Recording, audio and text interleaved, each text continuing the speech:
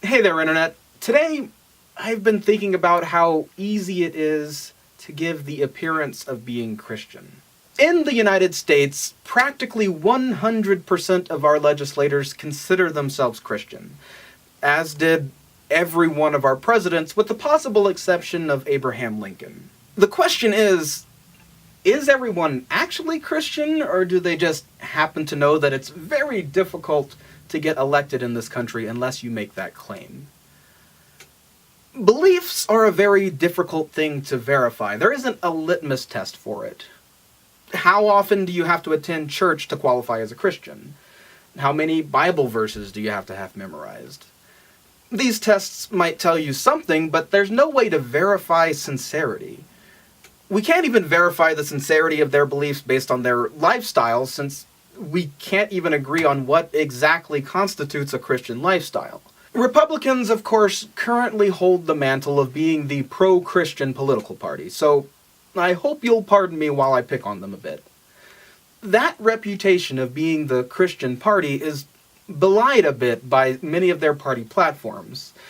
Donald Trump alone defies countless tenets of Christianity, but for the sake of argument, let's say he's not actually representative of the Republican Party as a whole.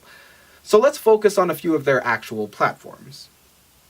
Republicans are pro-military, and especially pro-retaliation, which seems to fly in the face of Jesus' words in Matthew chapter 5, verses 38 and 39. You have heard that it was said, an eye for an eye and a tooth for a tooth. But I say to you, do not resist an evildoer. But if anyone strikes you on the right cheek, turn the other also. Republicans are also very inclined to protect the Second Amendment at all costs, though, again, Jesus himself preaches in Matthew chapter 26, verse 52, put your sword back into its place, for all who take the sword will perish by the sword.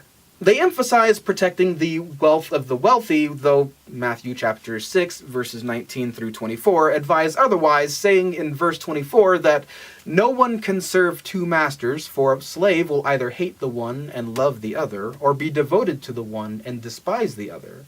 You cannot serve God and wealth. And, of course, trying to seem like the more religious party is itself a problem, as Matthew chapter 6, verses 5 and 6 point out. And whenever you pray, do not be like the hypocrites, for they love to stand and pray in the synagogues and at the street corners, so that they may be seen by others. Truly I tell you, they have received their reward. But whenever you pray, go into your room and shut the door and pray to your Father who is in secret. And your Father who sees in secret will reward you. In short, the label of being Christian is meaningless unless it is lived, and if we cannot live it, then perhaps we're not in a position to be self-righteous about it. I don't have a problem with those platforms per se.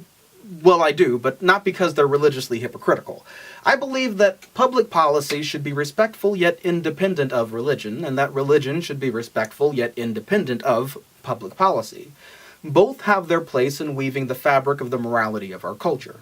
No, my problem is with the hypocrisy of claiming to be Christian while cherry-picking which Christian ideals they want to fight for and ignoring or actively opposing others when it suits them. It allows them to clutch to their self-righteousness without having to accept the personal sacrifice of wealth and safety that Christianity demands. After all, Christianity, as well as other religions, are ideally personal matters, not public ones. Which is why I don't think it's necessarily bad that Republicans support the Second Amendment, because the Second Amendment doesn't require citizens to go out and buy guns. It allows those inclined to do so to be able to do so, and it allows those who don't want guns to not have them. It is, in short, not forcing people to live that Christian ideal, but rather it's giving people the freedom to choose. The problem is that they are largely in favor of, say, overturning Roe versus Wade, thus denying people the freedom to choose. So they're not exactly consistent. That said, though I often find myself in opposition to the religious right, my own politics are likewise driven and reinforced by my own Christianity. So I'm hardly in a position to be self-righteous either. No doubt, I'm as much of a hypocrite as the rest of them. That's what's been on my mind today. Thanks for watching. See you next time.